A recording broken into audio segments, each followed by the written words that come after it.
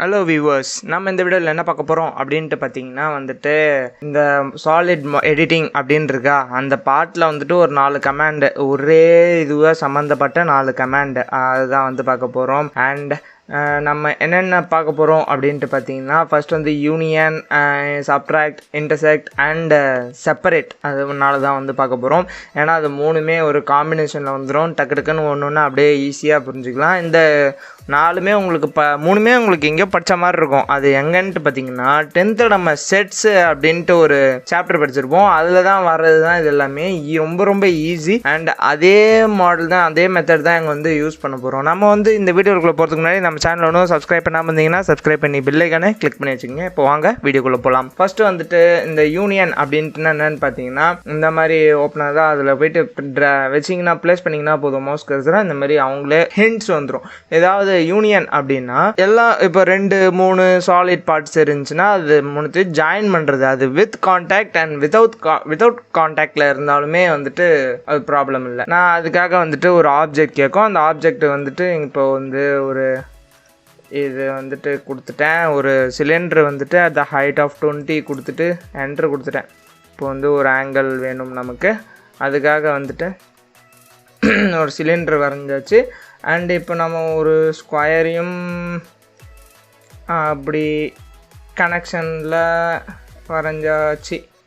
And இன்னும் வேறு எதுனா வேணுமா? இல்லை, போதும்.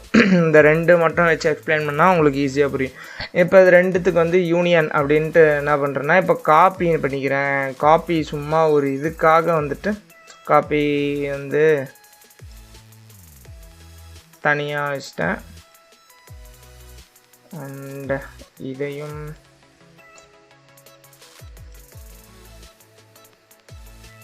காப்பி பண்ணி வச்சிட்டேன் இது எல்லாத்தையுமே.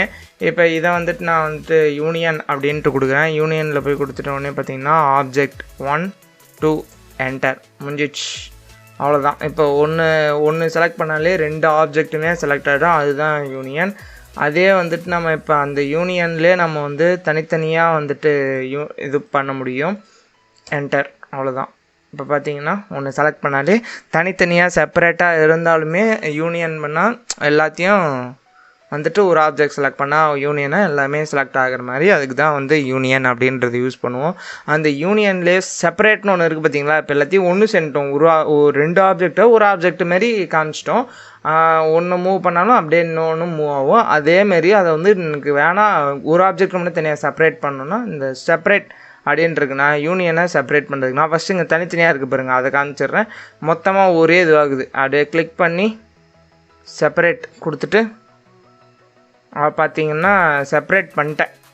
எல்லாமே தனித்தனியாக தான் செலக்ட் ஆகுது. இப்போ பார்த்தீங்கன்னா அதுதான் வந்து செப்பரேட் வந்து யூஸ் பண்ணுவோம். அந்த செப்பரேட்லேயே வந்துட்டு இதை வந்து அன்ஜாயிண்ட் பாயிண்ட்ஸ் ஜாயின், அதாவது கிட்ட ஒட்டி இல்லை, இன்டர்செக்ட் ஆகலை எதுவுமே. இப்போ அதே வந்து செப்பரேட்டில் வந்துட்டு ஜாயிண்ட் பார்ட்ஸுக்கு வரும். செப்பரேட் சாலிட்ஸ் பார்த்தீங்கன்னா செப்பரேட் ஆகாது. இந்த செப்பரேட் வந்துட்டு இந்த ஜாயிண்ட் பார்ட்ஸ், அதாவது இன்டர்செக்ட் ஆகிற பார்ட்ஸ் வந்துட்டு செப்பரேட் வந்து ஒர்க் ஆகாது. யூனியனில் போட்டு எதை ஜாயின் பண்ணாலுமே வந்து இன்டர்செக்ட் ஆகிற பார்ட்ஸ் ஒன்றுக்குன்னு ஒட்டி இருக்கிற பார்ட்ஸ் வந்து செப்பரேட் ஆகாது. தனித்தனியாக இருக்கிற பார்ட்ஸ்லாம் ஈஸியாக செப்பரேட் ஆகிடும். அவ்வளோதான். இந்த செப்பரேட் அண்ட் யூனியன் புரிஞ்சிருக்குன்னு நினைக்கிறேன். அந்த வந்து அவ்வளோதான். இப்போ அதுலேயே நம்ம அடுத்து இந்த செப்பரேட்டுக்கு அடுத்து சப்ட்ராக்ட் அப்படின்ட்டு இருக்குது பார்த்தீங்களா? சப்ட்ராக்ட் தான் வந்து பார்க்க போகிறோம். சப்ட்ராக்ட் அப்படின்னா இங்கே இந்த இதுலேயே பார்த்தா உங்களுக்கு தெரிஞ்சிருக்கும். ஒன்று வந்துட்டு இது பண்ணுறது தான். அதாவது எனக்கு வேணான்னு சொல்கிற பார்ட்டு கிட்ட இருக்குன்னா அந்த பார்ட்டை எடுக்கிறதுக்கு தான் இதை வந்துட்டு சப்ட்ராக்ட் வந்து யூஸ் பண்ணுவோம். அண்ட் இப்போ வாங்க சப்ட்ராக்ட் பண்ணுவோம். அதுக்காக வந்துட்டு நான் ஒரு பாக்ஸ் அந்த டயக்ராமில் இருக்கிற மாரியே ஒரு டயக்ராம் ரெடி பண்ணிக்கிறேன். ஒரு ஆப்ஜெக்ட் ரெடி பண்ணிக்கிறேன். அது ஒரு சர்டன் ஹைட் அண்ட் அதே பாக்ஸ்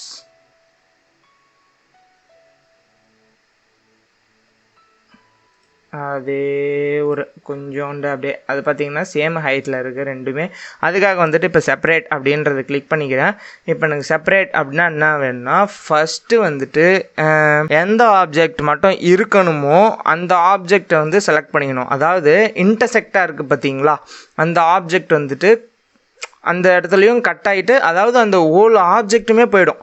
இப்போ அதுக்கு நடுவில் ஒரு இன்டர்செக்ஷன் பாயிண்ட் இருந்துச்சுனாலும் அதுவும் கட் ஆகிடும். ஏன்னா அது வந்து கட் பண்ணி இதுக்கு உள்ளே சொருகிற மாதிரி தான் இருக்கும். அது உங்களுக்கு பார்த்தா அப்சர்வ் பண்ணுங்கள், கரெக்டாக அப்சர்வ் பண்ணிங்கன்னா அது என்னென்னு புரிஞ்சிடும். எனக்கு இப்போ இந்த ஆப்ஜெக்ட் வந்து வேணும், ஃபுல் இந்த ஸ்ட்ரெயிட் இந்த ஆப்ஜெக்ட் வந்து வேணும். இந்த ஆப்ஜெக்டில் இருக்கிற பார்ட்ஸ் இன்டர்செக்டிங் பார்ட்ஸ் கூட கட் ஆகிடும். இந்த ஆப்ஜெக்ட் வேணான்னு சொன்னீங்கன்னா, இப்போ நான் வந்துட்டு எந்த ஆப்ஜெக்ட் வேணுமோ அது வந்துட்டு ஃபஸ்ட்டு ஒரு click enter, and second object எது வேணாமோ புரிஞ்சுக்கங்க, ஃபஸ்ட்டு எது வேணுமோ அது ஃபஸ்ட்டு ஆப்ஜெக்டாக செலக்ட் பண்ணணும், செகண்ட் எது வேணாமோ அது வந்து செகண்ட் ஆப்ஜெக்டாக செலக்ட் பண்ணணும். செலக்ட் பண்ணிவிட்டேன், என்டர் கொடுத்துட்டேன்னு பார்த்தீங்கன்னா இப்போ அது உங்களுக்கே தெரிஞ்சிருக்கும். நம்ம அந்த இன்டர்செக்ட் ஆன பார்ட்ஸோட அந்த ஹோல் ஆப்ஜெக்டே வந்து போயிடும். நமக்கு வேணுன்ற ஆப்ஜெக்ட்லேயும் அந்த இன்டர்செக்ட் ஆகி இருந்துச்சுன்னா அது வந்து கட் ஆகி போயிடும். அதிலே வந்துட்டு நம்ம இப்போ அப்படி வேண்டாம், உங்களுக்கு அந்த இன்டர்செக்ஷன் இல்லாமல் இருந்துச்சுனாலும் இப்போ இப்படி இருக்கா. இப்போ இதிலே வந்துட்டு சப்ட்ராக்ட் கொடுக்குறேன். சப்ட்ராக்ட் போயிட்டு இந்த ஆப்ஜெக்ட் வேணும் என்டர், அண்ட் இந்த ஆப்ஜெக்ட் வேணாம் என்டர்னா அது வந்துட்டு இன்டர்செக்ட் உள்ள வரையும் போயிட்டு இதுவும் ஆகலை. அதனால் வந்துட்டு இங்கே எது வரைக்கும் அந்த ஆப்ஜெக்ட் ஃபுல்லாக இருந்துச்சோ அந்த ஆப்ஜெக்ட்டு அப்படியே நம்ம போயிடும். அவ்வளோதான் இந்த செப்பரேட் அப்படின்றது, அவ்வளோதான்.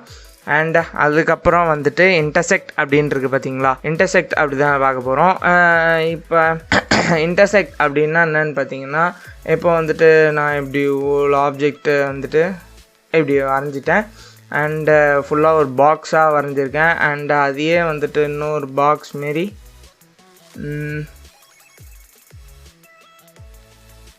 இப்போ வந்துட்டு இன்டர்செக்ட் ஆகியிருக்கா. அதேமாரியே தான் இங்கே ஒரு ஆப்ஜெக்ட்டு அண்டு இது ஒரு ஃபுல் ஆப்ஜெக்ட்டு இன்டர்செக்ட் ஆகியிருக்கு. இந்த இடத்துல இன்டர்செக்ட் ஆகியிருக்கு. அந்த இன்டர்செக்ட் ஆகிற ஆப்ஜெக்ட் மட்டும்தான் உங்களுக்கு வந்து இன்டர்செக்டில் வந்துட்டு வரும். இப்போ பார்த்தீங்கன்னா புரிஞ்சிடும். இங்கேயே கொடுத்துருக்கு பார்த்தீங்களா, அந்த லைட் ப்ளூவாக இருக்குது, ஒயிட்டாக இருக்குது, அந்த ப்ளூ ஆகிறது மட்டும்தான் உங்களுக்கு வந்து வியூ ஆகும், மற்றதெல்லாம் வந்து எரேஸ் ஆகிடும். இப்போ அதுக்காக வந்துட்டு பார்த்தீங்கன்னா 2 ஆப்ஜெக்ட் செலக்ட் பண்ணிட்டு என்டர், அவ்வளோதான் வந்துடுச்சு பாருங்கள். அந்த இடத்துல இன்டர்செக்ட் ஆகிட்டு இருந்த அந்த பார்ட் மட்டும்தான் வந்துட்டு காமிக்கும். அதுக்கு தான் வந்து இன்டர்செக்ட் அப்படின்னு யூஸ் பண்ணுவாங்க. இன்டர்செக்ட் அப்படின்னா இன் பிட்வீன் பார்ட்ஸ், அது மட்டும்தான் வந்துட்டு வரும். அவ்வளோதான். இந்த வீடியோவில் நம்ம 4 கமெண்ட்டை பற்றி பார்த்துட்டோம். மீதியெல்லாம் வந்துட்டு இதோ இந்த இன்டர்ஃபேஸ் அண்ட் ஸ்லைஸ் அண்டு இந்த எக்ஸ்ட்ரூட் ஃபேஸஸ் அதெல்லாம் வந்துட்டு பார்க்கலாம். ஓகே கைஸ், நம்ம சேனலை இன்னும் சப்ஸ்கிரைப் பண்ணாமல் பார்த்துருந்தீங்கன்னா சப்ஸ்கிரைப் பண்ணி பெல் ஐகானை கிளிக் பண்ணிக்கோங்க. தேங்க்யூ ஃபார் வாட்சிங் அவர் வீடியோ.